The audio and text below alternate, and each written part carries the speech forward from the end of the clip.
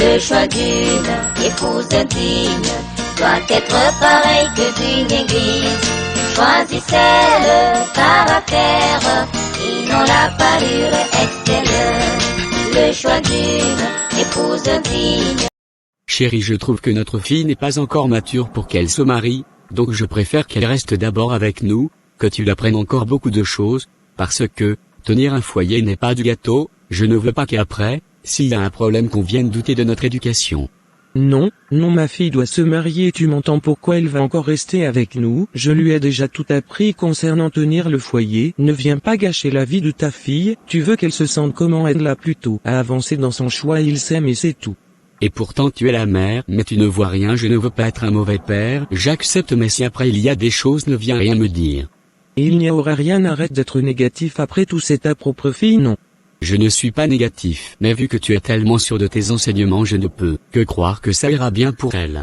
Mais oui, il fallait dire ça avant, c'est mieux comme ça. Que d'une église, choisissez le caractère et non la parure extérieure. Certains cherchent la beauté physique, négligence du cœur. Pour nous chrétiens, ne voyons pas.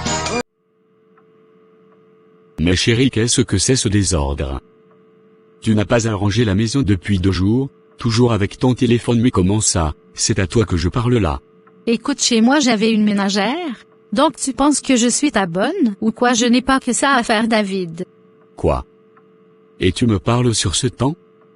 Hier il fallait que je cuisine moi-même du retour du boulot, mes habits sont trompés, alors je devrais les laver moi-même, sinon il y aura des asticots bientôt dans la chambre, c'est le désordre dans la cuisine, je n'en parle pas, mais tu es bonne à quoi? Tu penses que le oui je le veux c'était juste un sermon répété, c'est une vie, moi je suis ton époux, j'ai des devoirs, je les accomplis, mais toi rien, tu ne fais rien, toujours avec ton portable sur YouTube et Facebook, c'est ça, je vais couper l'internet si cela continue, ok.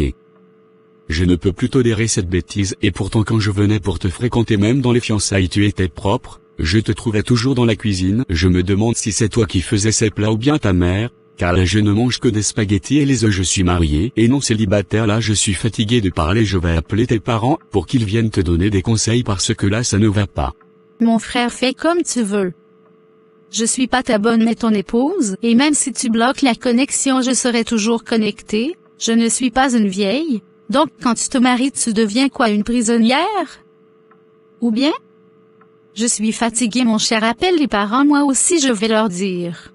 Non, c'est pas de ta faute, mais c'est la mienne, ce qui m'a poussé à t'épouser c'était la beauté et non le caractère, vu que tu brillais tellement et là je subis vraiment, je me demande quand on aura des enfants comment tu vas être le 5e évangile, déjà même la prière individuelle tu ne le fais pas, donc tu comptes sur mon salut ou bien?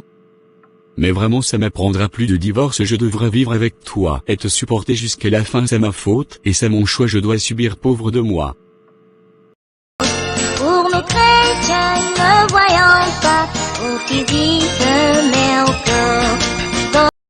Shalom à tous, cette petite animation vient juste pour dire que nous les mamans nous avons un grand défi avec nos filles, nous devons les apprendre à être des femmes de prière, des bonnes épouses et des bonnes mères. Le papa n'est pas souvent là, mais le 5e évangile, à la maison la maman, c'est elle qui sait si sa fille sera prête pour gérer un foyer. Ne regardez pas seulement la dot ou l'honneur, mais surtout sachez premièrement si votre fille est mature et née de nouveau, pour ne pas avoir de dégâts à la fin. Dieu bénisse richement. Shalom. Je voudrais surtout conseiller ses frères, qui ne regardent qu'à la beauté avant le caractère, de vraiment prier Dieu, car à cause de la précipitation ou du zèle de mariage tu feras un choix qui te fera regretter après. L'épouse que tu choisiras sera ta compagne à vie, la mère de tes enfants, et l'avenir de tes enfants en dépendra aussi d'une part de son éducation, alors choisis une épouse qui saura bien jouer son rôle d'épouse et de mère aussi. Dieu bénisse richement. Doit être pareil que d'une église.